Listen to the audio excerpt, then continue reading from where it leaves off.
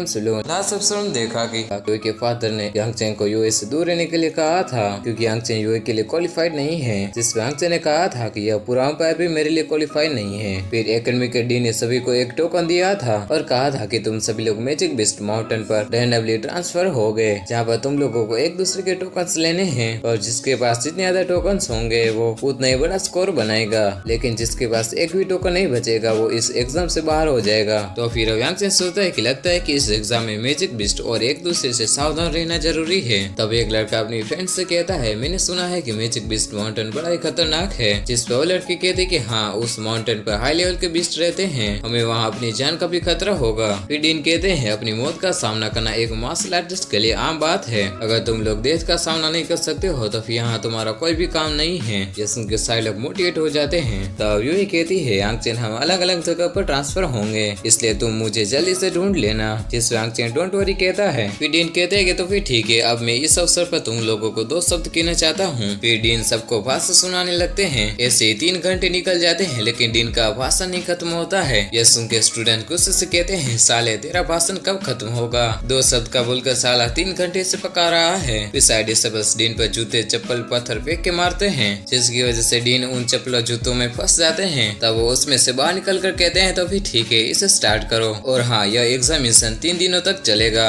अब जल्दी से ट्रांसफॉर्मेशन एरे को स्टार्ट करो। तभी कुछ लोग मिलकर एरे को एक्टिवेट करते हैं। तब डीन कहते हैं, ये ट्रांसफर एरे आप सभी लोगों को रैंडमली ट्रांसफर करेगा, इसलिए केयरफुल रहना। फिर साइड से बस एरे के अंदर चले जाते हैं। तब यांग चेन अकेला बचता है। तब वो जाने लगता है, जिसे डीन ऊपर से देख रहे थे। तब वो धीरे से कहते हैं, देखते हैं कि यांग चेन तुम जिंदा वापस आ सकते हो या फिर नहीं। तब यांग चेन पीछे देखता है और ट्रांसफर एरे के अंदर जाते हुए सोचता है, इतने लॉन्ग टाइम के बाद मैं रिइनकार्नेट हुआ हूँ, अब बाहर जाके ट्रेनिंग करने का टाइम आ गया है, और वो एरे के अंदर चला जाता है। फिर ट्रांसफर एरे सभी को मैजिक बीस्ट माउंटेन पर अलग अलग जगह पर फेंक देती है। तो यांग चेन भी एक जगह पर गिरता है। तब वो उठकर कहता है, अच्छा तो यह है मैजिक बीस्ट माउंटेन। यांग चेन के ऐसे लेने की वजह से एक रेबिट मर गया था, जिसे देखकर यांग चेन कहता है, लगता है कि मैं लकी हूँ जो मुझे आते ही खाना मिल गया। यांग चेन रेबिट को खाते हुए वहाँ से निकलने लगता है, लेकिन तभी पीछे से एक रेड फ्लेम टाइगर बाहर निकल आता है। तब यांग चेन उस पर अटैक करता है। तब यहाँ पर एक जोर से धमाका होता है, जिसे दूर से लाल कपड़े पहने हुए एक लेडी देख रही थी। तभी रेड फ्लेम टाइगर यांग चेन को पीछे कर देता है। ये देखकर यांग चेन कहता है, तुम्हारे में पावर्स तो है। फिर हम उस लेडी को देखते हैं जो और कोई नहीं बल्कि टीचर हान होती है, और उनके साथ और एक टीचर होते हैं जिनका नाम सुवाई होता है। तब टीचर सुवाई कहते हैं, तब वो कहते हैं, टीचर यान क्या यांग चेन आपकी क्लास का स्टूडेंट है, वो तो काफी स्ट्रॉन्ग लगता है। जिस पर टीचर यान कहती है, हाँ वो मेरी क्लास का सबसे स्ट्रॉन्ग डिसाइपल है। तब टीचर सु कहते हैं, लेकिन यांग चेन अनलकी है क्योंकि उसका सामना रेड फ्लेम टाइगर से हुआ है। तभी रेड फ्लेम टाइगर यांग चेन पर अटैक कर देता है। यह देखकर टीचर यान परेशान हो जाती है। तब वो जल्दी से उस तरफ जाते हुए कहती है, टीचर सिव जल्दी से हमें वहाँ पर चलना होगा, यांग चेन खतरे में है। जिस पर टीचर सिव यान को रोक कर कहते हैं, रुक जाओ, ऐसा लगता है कि यांग चेन उसको ब्लॉक कर सकता है। तब यांग चेन उस अटैक को खत्म कर देता है, जिससे टाइगर पीछे हो जाता है, लेकिन यांग चेन भी थोड़ा इंजर्ड हो गया था। तब टाइगर गुस्से से अपनी फुल पावर्स को रिलीज करता है, जिसे देखकर यांग चेन अपनी स्पेशल स्वॉर्ड निकालता है और टाइगर के सिर पर अटैक करता है, जिसकी वजह से टाइगर का खेल वहीं पे खत्म हो जाता है। ये देखकर टीचर यान झाड़ियों में से कहते हैं, यांग चेन ने तो इसे सच में खत्म कर दिया। तब यांग चेन उस तरफ देखता है और सोचता है कि लगता है कि कोई सीक्रेटली डिसाइपल्स को प्रोटेक्ट कर रहे हैं। यांग चेन वहाँ से जाने लगता है। यह देखकर टीचर यान की सांस में सांस आती है। तब तो वो कहते हैं कि अच्छा हुआ कि यांग चेन हमें नहीं देखा, लेकिन यांग चेन मेरी उम्मीद से कई ज्यादा बेहतर है।